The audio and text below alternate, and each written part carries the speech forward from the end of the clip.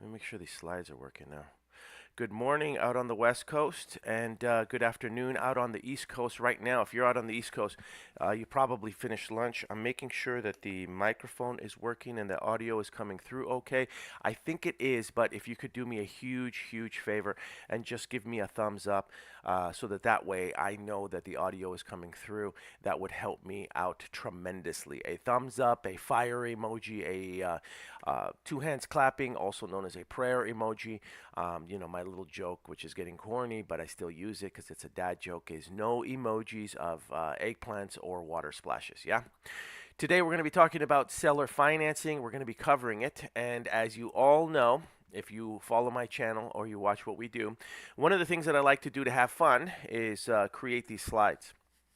It takes a little bit of time, but it gives me an opportunity to add some type of creativity to what it is that we do. So I use Google FX, Google Labs, and I use their image generator. And so what my prompt was today was a Monopoly man extending money to a young family, um, plastic figurines on a Monopoly board. And it took a few tries. It didn't get it quite right. And honestly, I'm a little even surprised that it was able to generate the image, considering the fact that Monopoly is and the Monopoly Man is trademarked. So either way, it was able to give me an image, and I think it conveys the image pretty well. We've got the Monopoly guy extending money out to a what we believe to be a husband and a wife on the Monopoly board. And I think it is very, very appropriate because we're going to be talking about seller financing. So good. Thank you, Nikita. Nikita, I appreciate that. Sound looks like it's coming through fine. That helps me out a lot. So today's seller financing. Now, for those of you who don't know what it is, we're going to cover exactly what it is and how you can get a seller to lend you money to be able to purchase your property. Do me a huge favor. Make sure that you like and follow. Over 50% of the people that are watching this, and I thank you for being here. I thank you for watching this content. I thank you for the feedback that I'm getting and for all of the suggestions and content that you want to hear. I'm getting a lot of DMs and messages letting me know. But over 50% of the people that are watching our channels and on our social media network, they're not subscribers and they're not followers. So do me a favor. Just give me a quick like and a follow. We do this stuff for you for free. We create this content for you. We curate this content for you. The cost of admission is very simple. It's just a like and a follow. So if you could do that for me, that would be absolutely fantastic. As a reminder, that slide should not be there. I wrote a book, and it is called Deal Like a Dove, Dispo Like a Dragon. If you haven't had a chance to pick it up on Amazon yet, you can pick it up on Amazon. If you want me to send you a copy direct, I do have some that I can mail to you direct. Just send me a direct message and we can get it over to you. It is 400 pages of how to build this business. I don't hold anything back. I tell you exactly what it is going to take and how to be successful as a real estate investor who uses real estate wholesaling as one of the exit strategies, and how real estate wholesaling, it makes you a better real estate investor, because when you are looking at opportunities on a daily basis, you have the opportunity, you have the decision making ability to be able to say, hey, I want that deal, or I want that deal, or I want that deal. And you can cherry pick the best opportunities. And then the ones that you don't want, what you can do is you can add your fee on top and you can sell it over to an investor that is interested in purchasing the property. That's all relative, and it is all directly related to your ability to negotiate, right, the best price for the property. And in that book, we're going to teach you how to negotiate the best price, where to find the best deals, all the strategies that you're going to need to learn how to get those deals so that you can, again, either purchase them for yourself or assign them to another real estate investors for a profit. You can pick this book up at dove.dispodragons.com, dove.dispodragons.com. Now, when you click that link or when you type in that link, sometimes Amazon doesn't like redirect links. In other words, they don't like other people using shortcuts to redirect them to their website. And so you may get like a cue to log in, read these three letters, type out these three letters, verify if you're human, something along those lines, match these two shapes, whatever it might be. Just click on it. It'll get you to the right place, or just go to Amazon directly and you can look up Deal Like a Dove, Dispo Like a Dragon. Now, if you're watching us on TikTok, we've got a direct link. There's a little logo of the book right there. You can click on that little logo and it will take you directly to Amazon, and you can purchase the book there. If you purchase it and you take a picture of yourself and you tag us on social media at Dispo Dragons, I'll send you a free Audible version as well. There's a code that I can send to you, and you can download the Audible version, and you'll enjoy it as well. We had a young man named Tim Alexander help me narrate the book.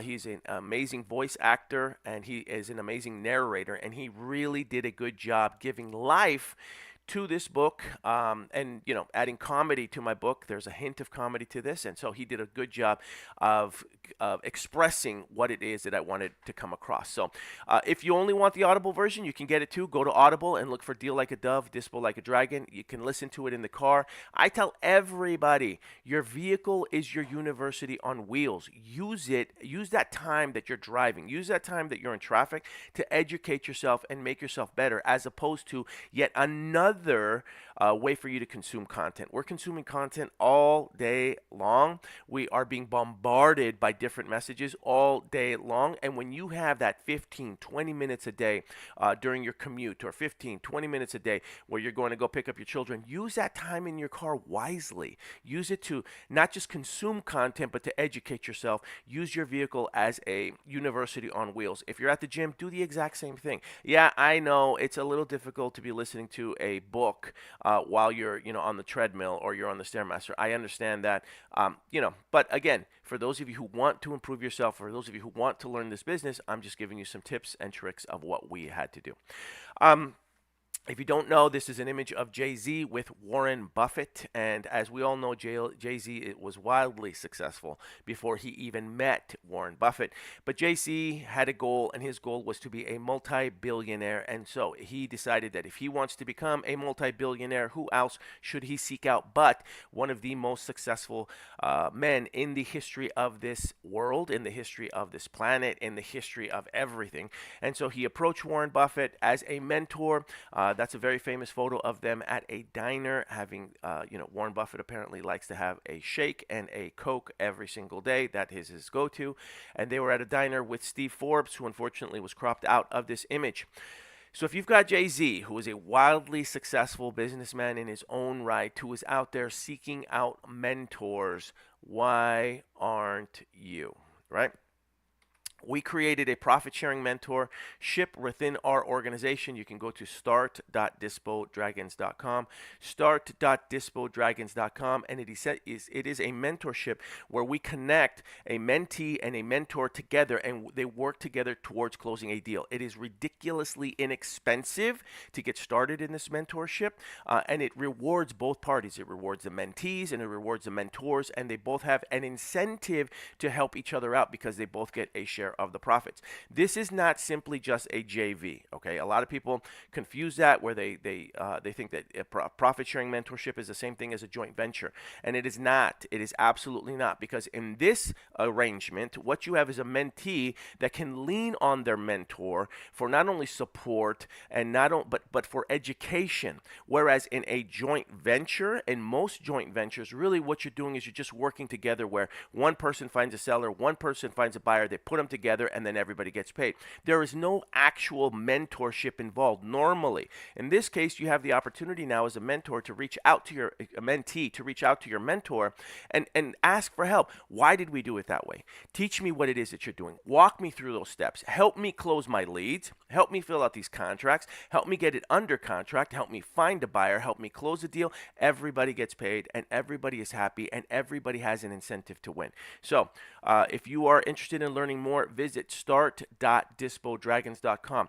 If you are a veteran real estate investor or a veteran wholesaler, we are looking for additional mentors to help with the new wave of people that are coming aboard. So if you are closing, between 1 to 3 deals a month, this is an excellent opportunity for you to now get additional deal flow and at the same time mentor other people and make an impact in their lives. So please visit us, start.dispodragons.com.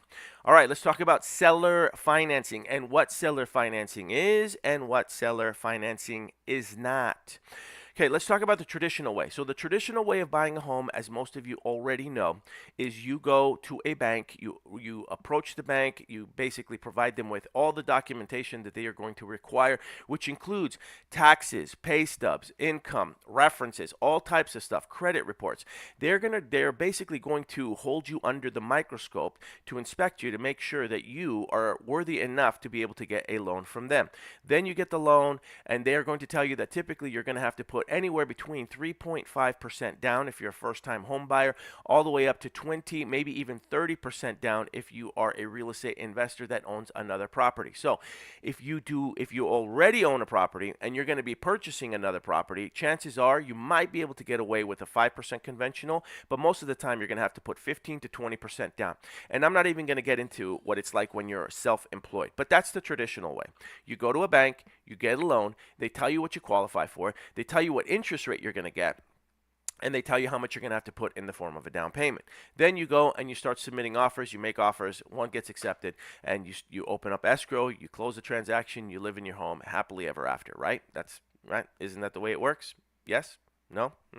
Anyway, that's a traditional way. Now, in a seller finance deal, it's a little bit different because you are not under the scrutiny, you are not under the jurisdiction, you are not under the approval or denial of a bank. You are under the approval or denial of the seller's decision-making process, and you have the ability to negotiate that process. When you go to a traditional bank, there is no negotiating power. There is no leverage. They tell you what you are going to get. They tell you what interest rate you're going to get. They tell you what down payment you're going to have to put down. They tell you what the terms are going to be. They basically dictate the entire process in the traditional way of buying a home. Now, with seller financing, but you are dealing directly with the seller, and the seller is now going to act as the bank. The seller is seller is the bank. And the beauty about this process is you're dealing directly with the seller. Whereas in a traditional way, you're dealing with a loan officer who then has to go to an underwriter, who then has to go to a supervisor, who then has to go to a funder, and there's like 3 or 4, maybe even 5 different layers of bureaucracy that you have to get approval after approval after approval after approval. And if somebody's having a bad day and they don't want to approve that process, you may have gotten past level 1, level 2, level 3, but by the time it gets to level 4, and they do a quick little check on you, if that person decides you're no longer qualified because you may have done something that like, I don't know, purchasing a car at the last minute, which you never want to do, all of a sudden you're no longer qualified. Okay, so the point is that with seller financing, you are dealing directly with one person.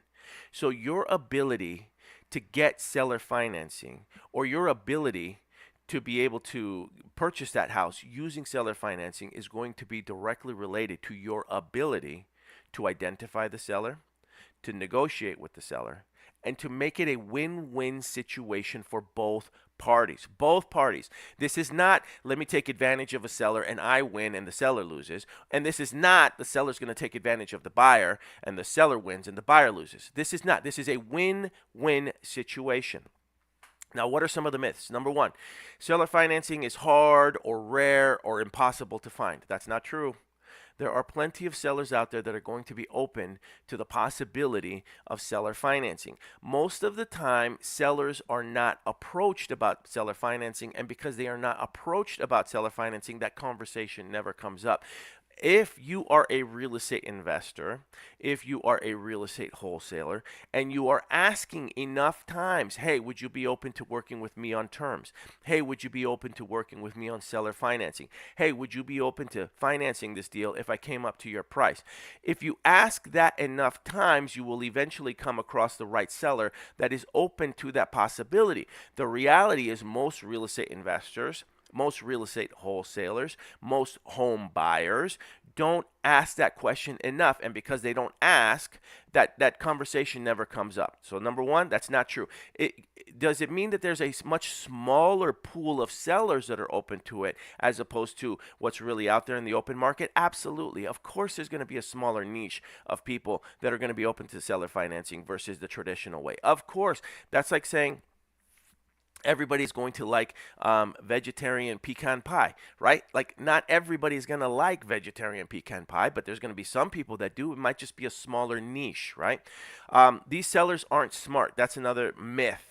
There's a lot of people that will go out there and say, oh, when you're talking to sellers and you're trying to get them to offer you seller financing, you're requesting that because you're hoping that they're not going to understand what it is that you're doing, or that you're taking advantage of them, or they're unintelligent. Listen, some of the sellers who are offering seller financing or who are open to seller financing are some of the most business savvy individuals I have ever come across, because they understand the opportunity that seller financing provides for them, provides for their family, provides for their heirs. And we're going to talk about that in a little bit. So this myth that you're taking advantage of a seller, or that they're not smart and they don't understand what they're getting themselves involved in, is absolutely false.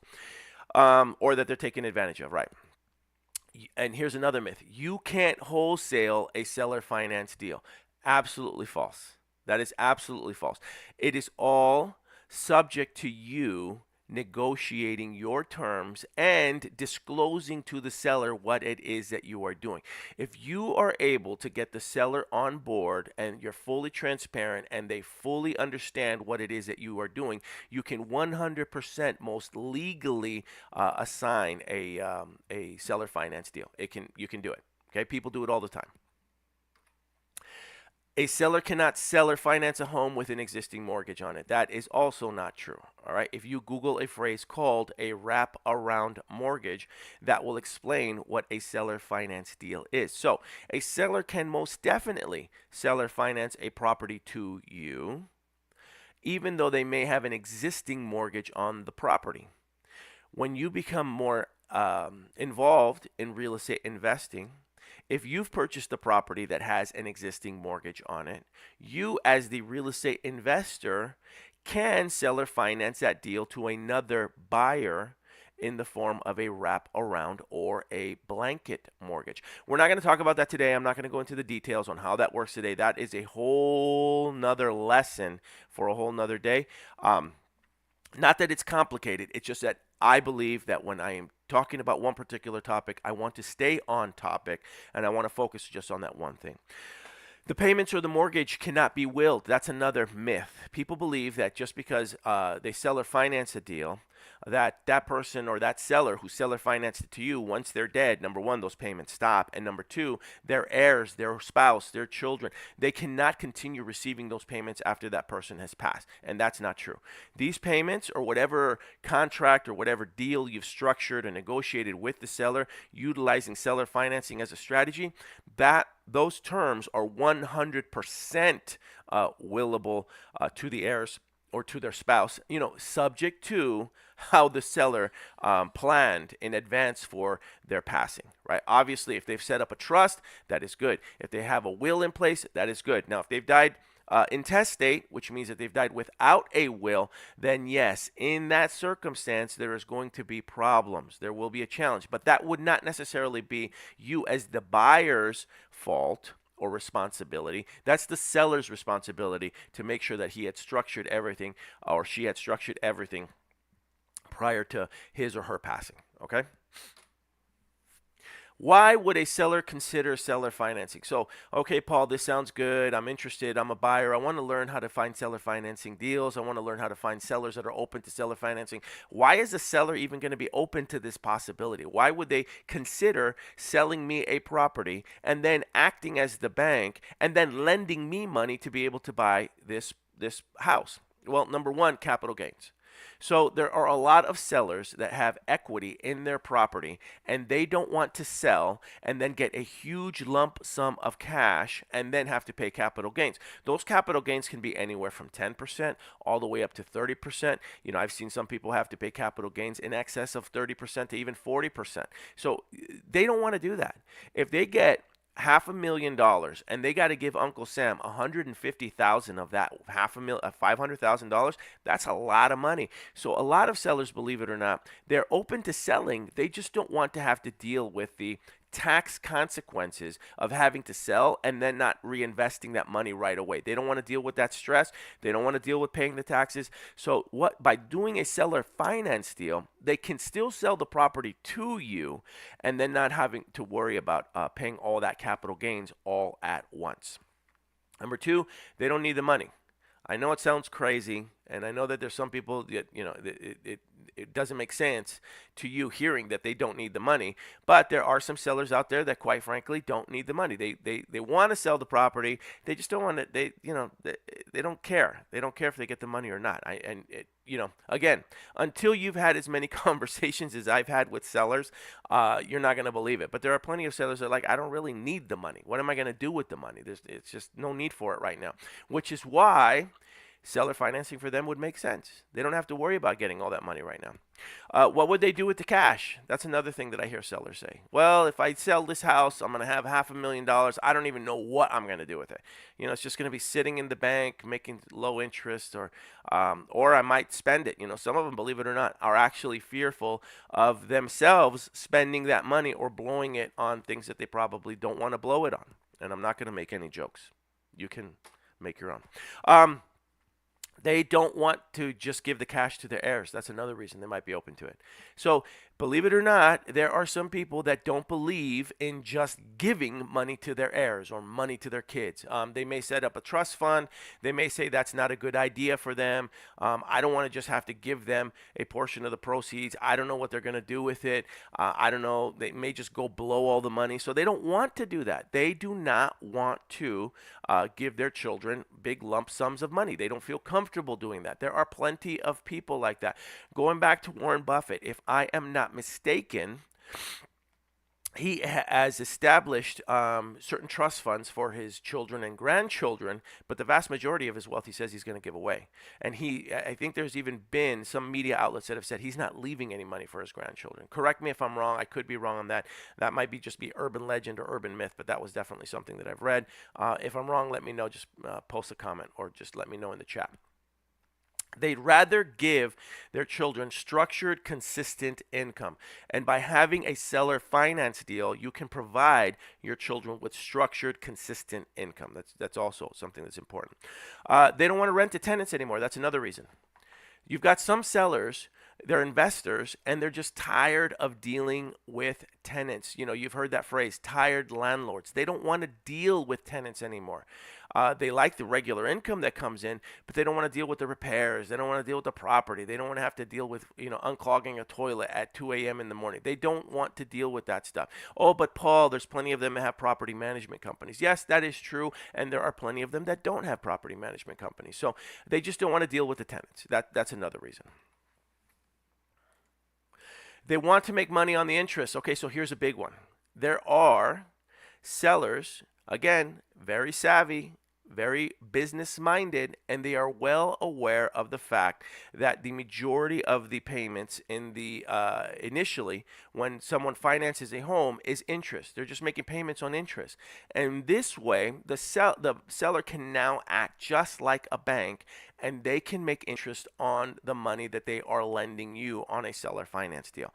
And listen, you've seen the numbers, and if you haven't seen the numbers, you would be shocked to learn that if somebody buys a $300,000 home financed for 30 years, they're actually, in most cases, paying more than double in the form of interest over the course of those 30 years with their payments.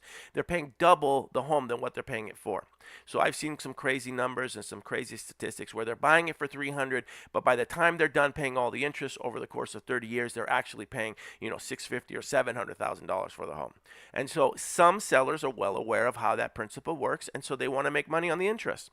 And the other reason that a seller would be open to doing something like this is because their loan to you by seller financing the deal is secured by real estate. So if anything ever goes wrong and you stop making payments, well, it's secured by the real estate. It's recorded on the real estate in the form of a loan, in the form of a lien, and then they could just foreclose on you and take that property back. They probably don't want to do that, but at least this way they know that their money is guaranteed, and if worst case scenario, if push came to shove, they could always exercise that right. Now, why would a seller not consider a seller financing? Number one, they need the money. If you have a seller that needs the money now, they want their equity now and they need their money right now, then they're probably not going to be open to seller financing. So if you hear them say, no, I need all of my equity, I need to pay off debt, no, I need all of this money because I'm going to go out and buy another property, a single story, I'm in a 2-story now, I don't want it. If you hear that, then that's not the right seller for you. They need the money now is not a reason is a reason that most sellers won't do seller financing. They don't want to be tied down to a house or to a borrower. So that's another reason that a seller might be open to seller financing. They just don't want to have anything to do with the house anymore. They just want to sell the property, they want to be done with it, and they want to move on.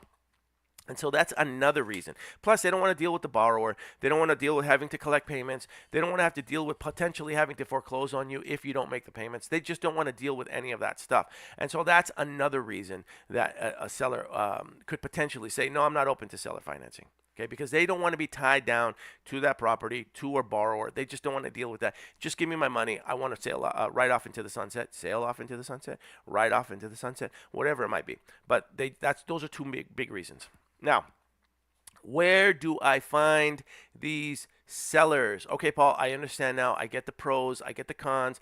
I understand now seller financing. But where am I going to find these sellers that are going to lend me money and finance the deal so that I can purchase their property? Where am I going to find these people? Well, absentee owners and high equity. Those are the people that you want to target. You want to target people that don't live in the property, and people that have high equity in the property, all right? Which means that, number one, they may not have any loans on the property anymore, but they own them free and clear typically. Now, in some cases, you can get seller finance deals from people that have little to no equity or minimal equity, and they've got a loan, but those are considered subject to mortgages. Those would be a hybrid, and I'm not going to cover that today. Again, today is just strictly seller financing. Okay, so you want absentee owners, people that don't live in the property, and people with high equity, people that don't have loans on the property, or people that have very, very little loans on the property. Okay, those are the ones you want to target. You're going to want to use a script. Script is pretty easy. I mean, it's very similar to the scripts that I've used before. Hi, I'm looking for John or Jane. Hi, John or Jane. My name is Paul. I'm calling about your property on 1234 Mockingbird Lane. I wanted to see if you might be open to an offer on this property. Now, in this case, I'm not going to say an all cash offer because I'm not going to be making them all cash offers. I'm going to be looking for seller financing. So, hi, John or Jane. I'm interested in 1234 Mockingbird Lane. I wanted to see if you'd be open to an offer on your property. No, we're not interested. No, you're not interested. Fantastic. Tell me, how long have you owned it? Well, I've owned it for 15 years. 15 years, great. Now, look, if you got the right price for it, do you think you'd look at an offer? Maybe if we got the right price. Okay, great. So if you got the right price, you might be open to an offer. So what would the right price be? Well, we're looking for about $300,000. $300,000, got it. So if I could get you $300,000 for your property, would you be open to working with me on terms? Now, that phrase, would you be open to working with me on terms, is a little vague, and most people are going to ask you, what does that mean? What do you mean terms? And when you're saying terms, oh, and by the way, just so that I don't get off topic, if you need a script for seller financing, or any script for that matter, you can go to scripts.dispodragons.com, scripts.dispodragons.com. It is a public Google Drive folder. Yes, you will have to use your Google account to access it and request access to it. It's free. You just go there. Once you register or ask for access to it, you'll be able to see it as a viewer. You could download all the scripts that we have there available, including this one. So going back to the script, would you be open to working with me on terms? Most of the time, the sellers are going to say, well, what do you mean terms? And that's where I'm going to say, well, if I get you your price, would you be open to financing this deal for me? If I came in with the down payment and made you monthly payments on it. And then most of the time, you will get sellers that typically say, no. Be prepared for that. Don't think that just because I'm teaching you the pros and the cons, don't think that just because I'm covering this script with you, don't think that just because you're watching us on Instagram, TikTok, or YouTube, that this is going to work immediately, or that they're going to say yes right out the gate. That's not going to work. They're probably going to say no, I wouldn't be interested in that. Okay? And you're going to have to ask the same question a second time a different way. I see. So you wouldn't be interested in that, John. Well, look, if I get you your price, I can come in with a down payment and I can make you monthly payments on it, and I can maintain the property a lot better than any other owner, any other tenant would, because I would be the owner. So you wouldn't have to deal with any repairs. You wouldn't have to deal with any tenants. I would be the one responsible for all that, and I'm going to take better care of it because it's mine, and you could make money on the interest as well. Would you be open to working with me on terms? Something along those lines. But you're going to try again, and then you're going to get them to talk to you about that possibility. So if you need a script, go to scripts.dispodragons.com. You're going to want to practice, drill, and rehearse your script. This is another thing I tell people all the time. You want to practice this script. People think that they can read a script one time and then just be able to get on the phone with people and they're master at it. That's not true. You need to practice it. All the greats, all the titans of any profession, of any industry, have a script. Now, some of those scripts are structured in the form of a standard operating procedure. Some of those scripts are structured in the form of questions or questionnaires that they ask during the intake process as doctors, as attorneys. Some of those some of those professions have scripts in the form of playbooks, right? If you're a coach, you're a professional coach, those are scripts. They're just different. Everybody has scripts. All the pros do. You need scripts. Practice, drill, and rehearse your script over and over and over again. Going back to what I said earlier, if you're in the car, pick your favorite real estate investor, real estate celebrity, YouTube influencer, whoever it is. Once you've heard them say the script, listen to it over and over and over and over again. Rewind it, repeat. Practice, drill, and rehearse. Practice, drill, and rehearse. The better that you get at learning what it is that you want to say, the more likely that your message is going to be conveyed with conviction, right? And they're going to believe that you believe what you're saying. People can see your body language through the phone. They can see your body language through, excuse me. If you haven't caught on yet, I'm under the weather, and I'm still doing this. Let's go. All right. If I can get you your asking price, would you be open to working with me on terms? Right? That's exactly what I covered just a short while ago. Let the seller focus on their price. Most sellers are more interested in the final purchase price than they are the terms that you're structuring. That's just the reality. They don't want to feel like they're getting taken advantage of. They just want their price. That's what they're most interested in. Can you get me my price? Now look, that doesn't mean that you're going to be taken advantage of. That doesn't mean that if the property is worth $300,000 that you'd be willing to sell or finance the deal for $400,000. That doesn't make financial business sense. But what that does mean is that you can certainly offer them make them an offer much closer to their asking price at $300,000, if not $300,000, if that's what it's valued at, versus the traditional way that we've been covering how to invest in real estate, which is making all cash offers at 50 to 70% of value. In this case, you can probably offer, 90 to 100% if it's at market value or retail value of what it's worth, and the terms are favorable to you. So I'll give you your price. Just give me my terms. Make it a little bit more favorable to me so that I can make it happen. And what are those terms that you're going to want to negotiate? Well, you're going to want to negotiate a favorable down payment. If you have a seller that says, well, I want 50% down on a seller finance deal. Come on, that's being unrealistic. You can go to a bank and get a 20% down finance deal. If that's the case, excuse me, if that's the case, I'd rather go to the bank and just get myself a 15 to 20% down deal. I'm doing this, Mr. and Mrs. Seller, so that way you win in the form of interest, you win in the form of avoiding capital gains, you win because now you've got a seller living in the property, a buyer living in the property who owns the property, who's going to take, better care of the property than any tenant would. That's where you win. So if you win in that regard, why am I going to put 50% down? Most real estate investors want to get into their seller finance deals for no more than 10% down. No more than 10% down. And that is including all fees. That's closing costs, seller down payment, and any assignment fee if you're going to be assigning this. Monthly payments. So if you're going to be buying this for yourself through a seller finance deal, you want to make sure that the monthly payments are also affordable to you.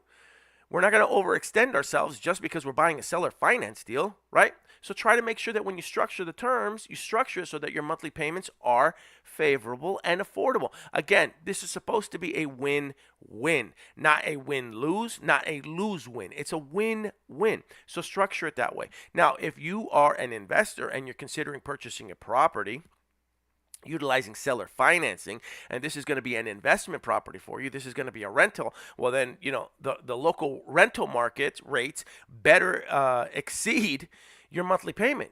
You want to structure it that way. Structure it where the monthly payments are anywhere between $400 to $500, or they provide a margin of at least $400 to $500 in profit for you when you check the market rents. Structure it that way. Interest rates. Now, interest rates are interesting because you have some sellers, again, who are very savvy. They understand interest rates. They understand amortization schedules. They understand that they're going to make money in interest rates. And so some of them are going to say, well, if the going rate on the market right now is 7% interest rate, then I'm going to want 10% interest rate if I'm going to sell or finance this to you, right? Now, the savvy real estate investors are also going to structure this a couple different ways, and I can't go into it today, but if you're a follower of some of the best creative financing coaches, teachers, mentors out on YouTube, you've also heard of structuring it at 0% interest and just increasing the purchase price. So what they've done is they said, Mr. and Mrs. Seller, I'm not going to do 10% interest, but what if we do this? What if we increase the price to, instead of 300,000, we increase it to 340,000 or 330,000, and then we just tack the interest on in the form of a lump sum at the time the note is due. All right, now that's advanced stuff. I'm not going to get into it too much again, but for those of you who do understand that advanced language, you know where I'm going with this. So interest rates, you want to try to negotiate a better interest rate than the one that you can get at the bank. That would be ideal. Or you just say, look, instead of structuring an interest rate, let's just structure a lump sum payment at the end that you're going to get. You're going to get a little bit of a bonus. You're going to get a little bit of some gravy on top. You're going to get a little bit of some chocolate syrup, if you like, sundaes on at the end when I pay you off in the form of a balloon payment. Now, what is a balloon payment? A balloon payment is when all the money is due at one time. So you can structure this at 7 years, 10 years, 20 years, 30-year balloon payments. It's all up to your ability to negotiate with the seller. Some sellers are going to push for a shorter balloon payment. They're going to say, okay, I'll seller finance you, but I need you to sell this property or refinance it within 5 years. Okay, I'll seller finance this for you, but I need you to sell this or refinance this within 10 years. It's all about your ability to negotiate those terms. Now, a good real estate investor is obviously going to try to negotiate for a longer balloon payment, which means that they keep making monthly payments until that balloon payment is due. If you could do it for 10 years, fantastic. If you could do it for 30 years, bonus on you. It's really all up to you. Now, some sellers are going to say, and I've known this because I've had conversations with them, I'm 70 years old. I don't have much time left. I don't think that I'm going to last the 15 to 20 years that you're asking me for on this balloon payment. And that is a valid concern. So there's two ways to handle that. You can talk to the seller and you can explain to them that this is obviously fully transferable. This mortgage, this lien is fully transferable, willable to their heirs. This is what I get for doing it under the weather.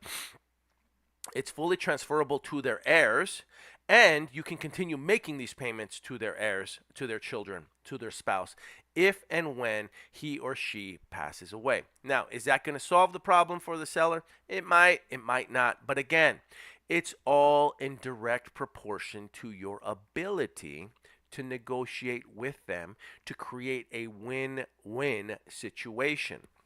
So you've got 4 key elements here that need to be negotiated when it comes to terms, right? I may have missed one, which is obviously the price, but these are the terms. If we say to the seller, if I can get you your price, can you work with me on the terms? These are the 4 key terms that you're going to negotiate. You're going to have to give on some, and you're going to get on some and give on others, right? You make this a win-win so that everybody is happy. And that is how this is going to work out. And that's how you get a seller to be open to the possibility of offering you seller finance. Now, If you need a calculator so that you can get an estimate on like how much I should give, what the down payment should be, is there a margin for me to be able to make a profit if I want to wholesale this, you can go to school.dispodragons.com, school, SKOOL.dispodragons.com. That takes you to our Dispo Dragons Dollar Club. It is $1 lifetime admission, $1. Yeah, don't complain. It costs $1. You join it, you have lifetime access. You'll have access to this calculator, and it's a Google Sheet calculator that will tell you what you need, or excuse me, how to structure the numbers based on the purchase price, based on the down payment, how much you would need to give the seller a down payment, and if you're going to consider assigning this as a wholesale deal, how much you're going to be able to pay yourself in the form of an assignment fee, what the closing costs are going to be estimated, how you should structure the monthly payments in the form of rentals. You have to plug in the numbers, you have to plug in the rental amount, like how much it could be rented for in that area. So you're going to have to do a little bit of research, but you can pick it up there for free. You just have to join our school community. It is $1, one-time, lifetime access, okay? Please make sure, again, for those of you who are watching this, hopefully you saw some value in what it is that we covered. Hopefully it helped open your eyes to the possibility of seller financing and understanding how it works, and understanding that if you don't ask enough times, you will never know if a seller is open to seller financing. So if you saw value in this, please make sure that you give us a like on this video, a like on TikTok, or if it's hearts or roses or coins or Super Mario Brother mushrooms, whatever you want to give me. That's cool. Make sure that you like and follow. I said it earlier, but more than 50% of the people that are watching our content are not subscribers. They're not followers. So if you could do us a solid and just give us a like and a follow, that would be fantastic. If you have any deals that you're currently working on right now and you need some help structuring and you're not quite sure how to structure the deal or what the best exit strategy is going to be or what the ideal buyer is going to be for that deal, feel free to shoot us a DM, and what we can do is set up a time where we can get on a Google Meet or a Zoom call and we can analyze that deal together, and we'll record it and you can get a copy of the recording so that way you can reference it a little bit later on when you need help structuring deals. Don't forget, if you're looking for a mentor, you need someone to help, you can go to start.dispodragons.com, start.dispodragons.com. We have a profit sharing mentorship. It's ridiculously affordable, and it connects you with a mentor, a real mentor, not just a JV partner. Again, a JV partner is someone that comes to the table, brings either the seller or brings the buyer, and you close the deal. That is not a mentorship. It's not the same thing. Just because someone helps you close a deal doesn't necessarily mean that they're going to mentor you with your leads, help you close your leads, help you fill out those contracts, help you find a buyer, and help get the deal assigned. There's no real mentorship involved there, right? Well, with our mentorship, our profit sharing mentorship process, there really is. The mentor wins, the mentee wins, everybody wins, everyone has an incentive. Start.dispodragons.com. If you have a deal right now and you need help restructuring it, or you just need a second set of eyes to look at it and give you their opinion on it, or you need a buyer, there's a reason we're called the Dispo Dragons. If you need a buyer, let us know. We can sit down and we can figure out how we can get this in front of the right eyeballs so that we can get your deal sold and get you paid. All right, everybody, I appreciate you participating in this. If you have any comments or questions about what we just covered, please put them in the comment section of this video. I'll respond to them. If you want, you can also send me a direct message, okay? Have a great day. I hope you're productive. We'll talk to each other soon.